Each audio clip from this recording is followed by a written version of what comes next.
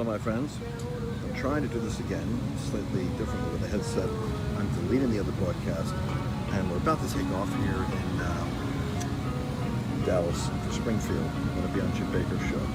So if you already saw the last broadcast, the sound was frustrating. I apologize. But listen. Is it me? Or what do you think of that toxic masculinity attack that came on Gillette? Was that stupid?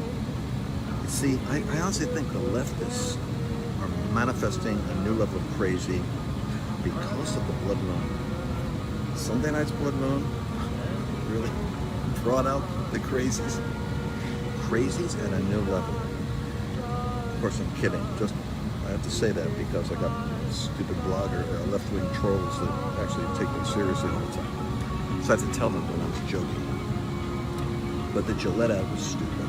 It was stupid because the guys who do the shaving, you know what? You're not going to lecture guys about being guys. Call every male a rapist who uses your razor, especially the guys that are over 40. We're not into that crap. We're not into the games the left plays, the psycho games. Then I'm reading today that somebody in Congress wants to bring Kavanaugh to trial. I'll turn up the music here. I'm trying to block it. So I'm going to block it with my hand. Oh my God. If they're crazy and they'll make you crazy. Then I'm reading about, what was the other thing that was in the news? Oh, the 15-year-old kid. These are white Catholic kids, white kids, of course. White Catholic kids with MAGA hats that end up having this Indian activists. Always Indian, all these guys are activists. In terms of like anybody that travels with an entourage of 5 cameramen, I guarantee is an activist. Either that or a narcissist. So the guy has a confrontation with his drum and some teenagers, and right away the left feeding frenzy goes off on these kids like they're racists. It's pathetic. Then after they look at the video, they realize that the guy was the drum player was actually invading their space with a camera crew to create an incident. This is the way the left is. I'm telling you something. They're deranged. So I made the comment last week, and it's one site that watches me. They troll me all the time. It's called Right Wing Watch. Now these guys are like left-wing nuts. They focus in only on Christians, and they try to find any incendiary soundbite that they can distort and torture out of context in order to make us sound crazy. It's not journalism. It's like psycho-espionage. So anyway, so they were after me because I made the comment that ever since Donald Trump made the announcement he's pulling all that big bucks out of Syria and Afghanistan, whether you agree with the decision or not, the decision on the left, what they're doing next is so crazy because suddenly you've got ISIS shows up. We haven't had ISIS in the news until Donald Trump decides to pull the military out. And I'm saying I used to believe in the United States until I found the deep state so corrupt, so disgustingly corrupt, and consistently perverse in their intentionality to destroy the president and undo the electoral will of 50 million Americans. Now I don't trust the deep state. Of course I don't trust the deep state. I got my eyes open.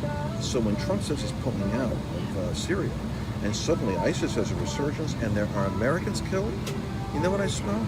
I smell manipulated news cycles. How do I know what's going on? I'll tell you this. ISIS suddenly is coming on strong. Before we pull out, some contractors are losing money, and there's some kind of weird juju going on there. So anyway, so left-wing watch, right-wing watch, left-wing loonies, whatever the heck the website is. They put out a hit piece on me because I dared to question the veracity of the report that ISIS was on the resurgence. But I think you all ought to be looking at the news with a prophetic lens, because if 95% of the news is manipulated, the BuzzFeed article that came out last week saying that Trump had told Cohen that he was supposed to lie. Then Mueller himself comes out and says, rolling his eyes, and says, no, inaccurate data. And they had a whole day to talk about impeaching Trump. It's like these guys are howling at the moon. That's why the wolf moon lunar eclipse on the 20th of January should be investigated to see if it's having a causative effect.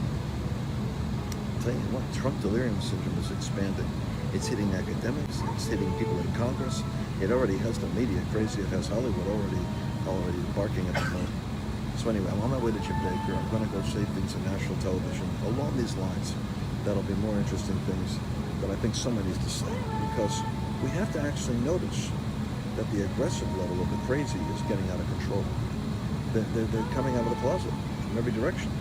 So we'll talk to you a little bit later. I hope this broadcast is a little clearer and better to comprehend. I apologize for the difficulty of I'm holding the speaker. Look, I got a scarf over the speaker.